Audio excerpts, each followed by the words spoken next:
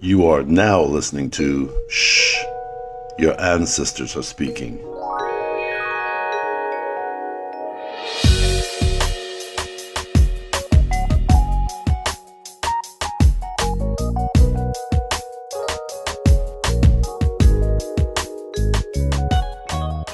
Hello, and thank you for tuning in to my podcast. I am your host, Smoothie Fox, and I am so excited to talk to you guys about the movie that we're going to do this week.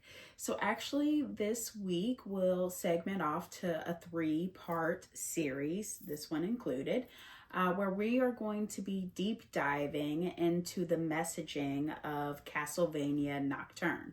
Now, if I say these names incorrectly, please forgive me. I am a mere mortal trying to survive just like all of us. So bear with me as I go through this series. Now, this series is a spin-off of the Castlevania movie. This is an animated series that was set in the background of the 18th century during the French Revolution. Now, something that I thought was really interesting is that the French Revolution was in the time where Pluto was in Aquarius. Now, a lot of people who are into astrology will know exactly what I'm talking about, but it is basically astrology is a snapshot of the sky.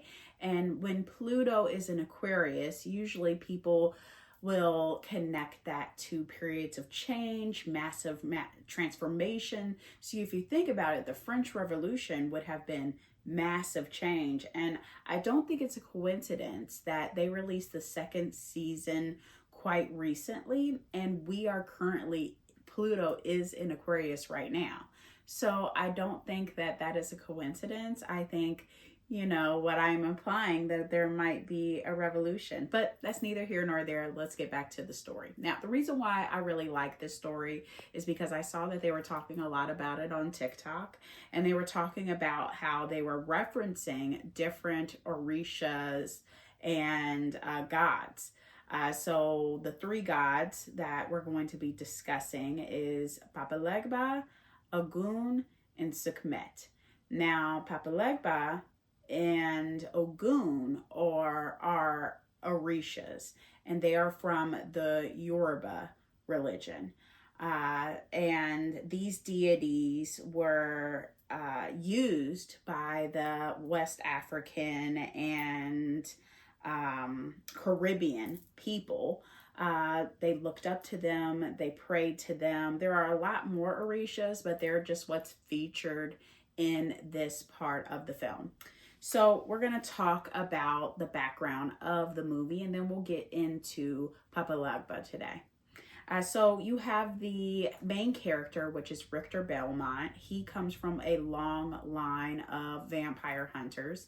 When the series begins, he watches his mother die right in front of him at the hands of a vampire, which he had already come from a long line of vampire hunters, but that I just really cemented his starting of his evolution of becoming a well-renowned and well-known vampire hunter. And you see him pretty much grow up to be pretty good at what he does.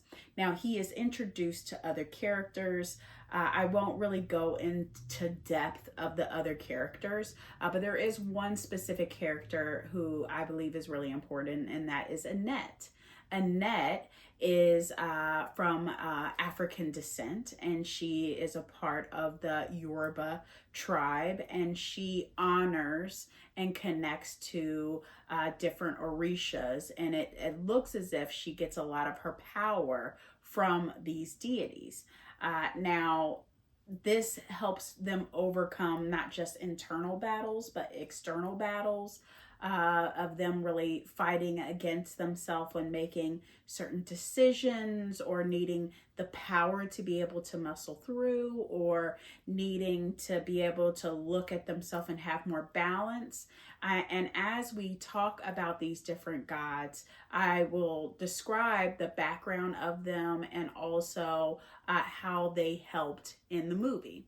So we first connect to Annette as she is introducing herself to Richter Belmont, and she shows that she's worthy of being on his team. So when he sees that the skills she has are quite good, he's like, okay, join in. Now, in this series, you see his sister that isn't really his sister, and that Annette is connected with a guy that's like her brother, but not really her brother.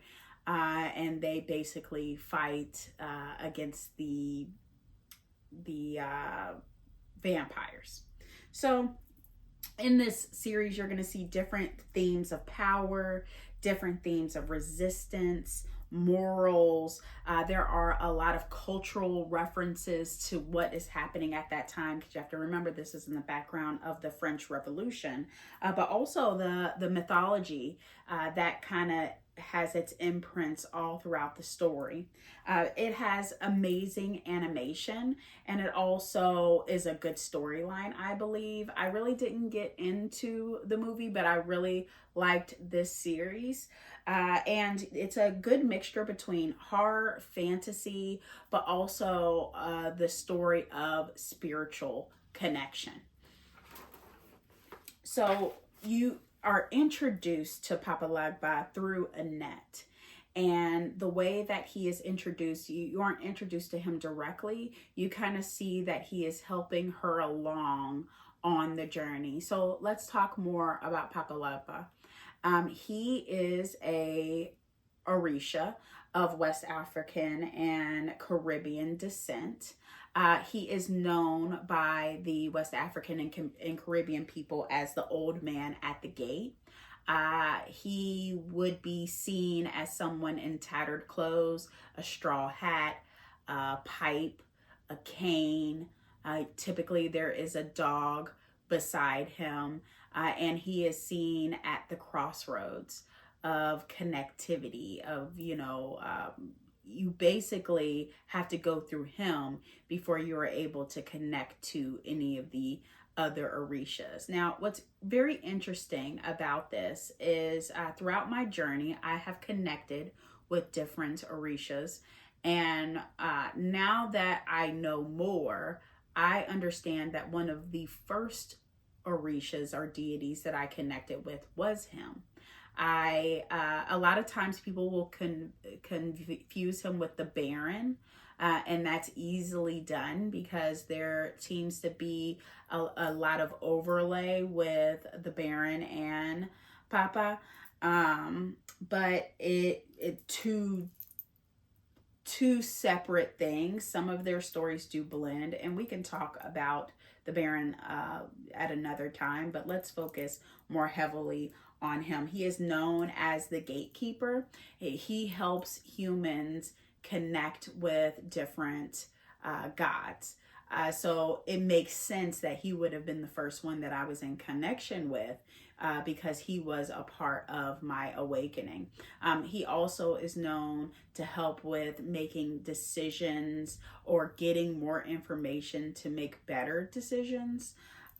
He usually is the role of the guard or the guardian. In this series, you saw him grant her access to a lot of power in the very beginning. But what she learns is that her connection with him is just the tip of the iceberg. In this series, you see that Annette has a hard time hearing her ancestors, but she does not have a hard time connecting with Papa Legba. So I thought that was interesting because a lot of times we all are at that crux in our life where maybe we aren't getting the messaging, but we are getting specific downloads. It kind of made me to believe, like, what if some of us are at the gate of connectivity, but because we really don't know who we're connecting with. Now, the Yoruba belief system is just like any other religion or belief system. They all have their own myths and gods and goddesses. Like if you think about it, Hecate would be indicative of the crossroads in that realm. And a lot of people will go to her for decision making. She also has a hellhound beside her. So I just remember that there is some overlap. You're going to see some repeating themes. But for people of African descent or African Americans or anyone that can relate and connect with that belief system, Papa Legba would be someone of the first step of true awakening. He also helps you confront dark things within yourself, but also he can help you make better informed decisions. Funny story, when I was connecting with him, I was speaking to my mentor and I had a visitor and I didn't know who this visitor was. And my mentor was like, well, I don't feel anything bad from him, but I do think you should ask him some questions. Now, before this, for what I thought at the time was no reason, changed my whole bedroom to be white. It was very important to me that everything be white in there. I had this obsession with needing to bleach things and wipe things down.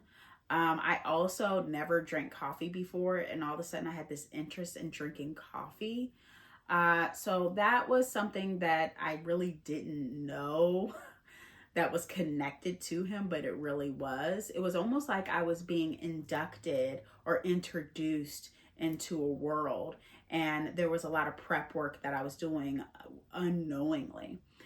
Well, I had mirrors up all in my room, and my mentor explained to me that it's very important that if I'm going to be lucid dreaming, that I remove a mirror from in front of my bed because I could get stuck in that instant. So I was also learning the do's and don'ts of certain things. I was pulling things out of my bedroom, and I sat down and I asked the spirit, questions. And at the time, it made no sense. As I've grown, I understand that he was giving me breadcrumbs to try to figure out who he was. He told me he liked white and purple things. He told me that he liked to be honored with rum or coffee grinds, tobacco leaf. These are all things that when I looked him up, I was like, oh my God, these are all the things he told me that he wanted in a channeling session. So I also want to say this just to reaffirm to the beginner that is stepping into their spiritual awakening that you don't have to have all the right answers. Naturally, you are being prepared by some of the trials and tribulations that you are going through. Naturally, you are being prepared by some of the things that you just feel a need to do. And that's why it's really important for you to follow your instinct. It's really important for you to just go with your gut, because I had such an aha moment once I was able to really sit down and reflect. So let's talk about the connection to Papa Legba to Annette. And he almost seems in the series as a father figure. She asks for his guidance. There's several points in the series where she is not knowing what best decision to make. Or even Richter Belmont, he comes to certain points where he's like, okay, do I run or do I stand and fight?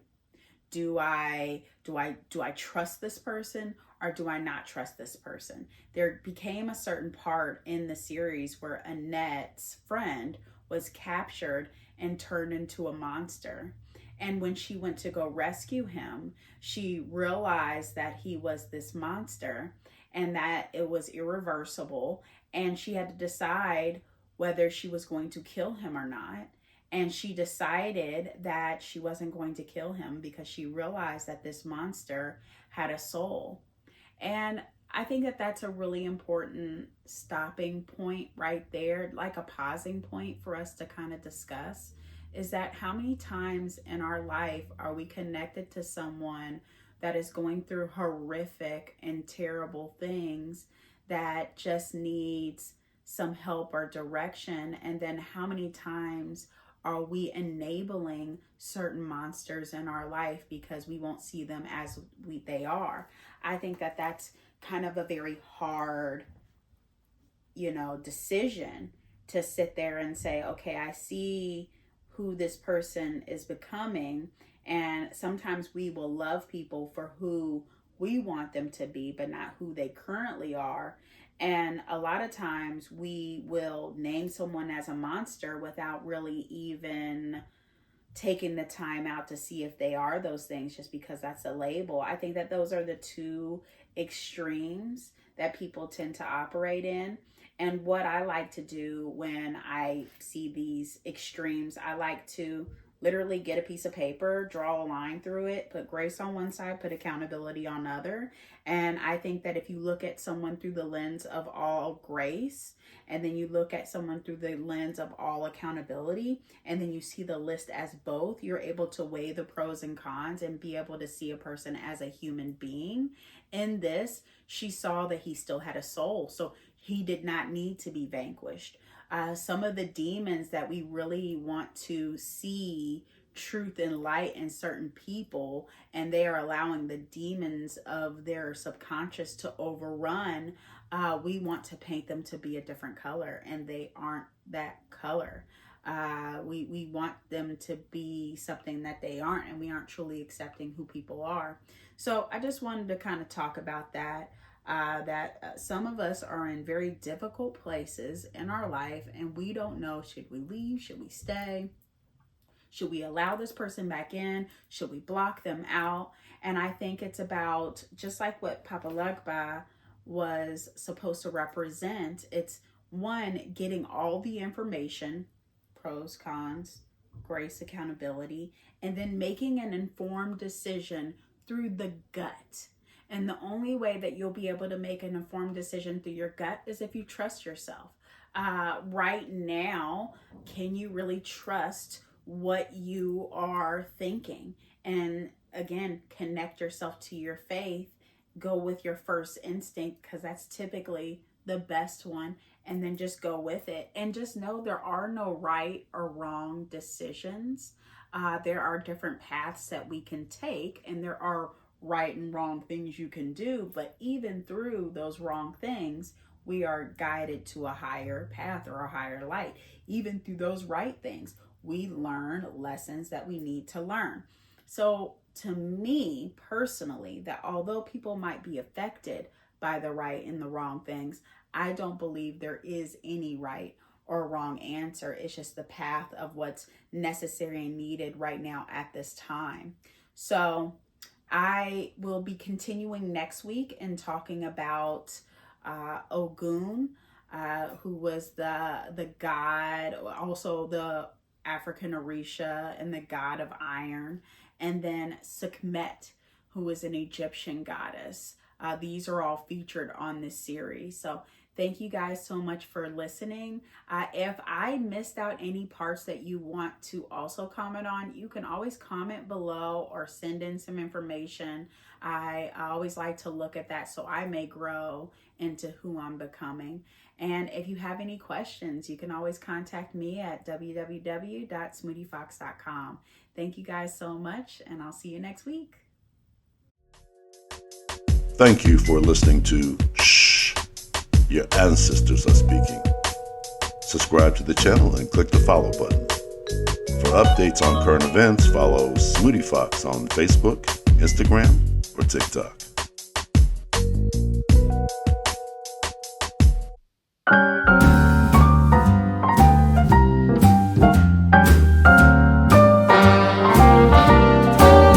A little different than all the rest. I'm quite old-fashioned, wear a hat, sometimes play chess.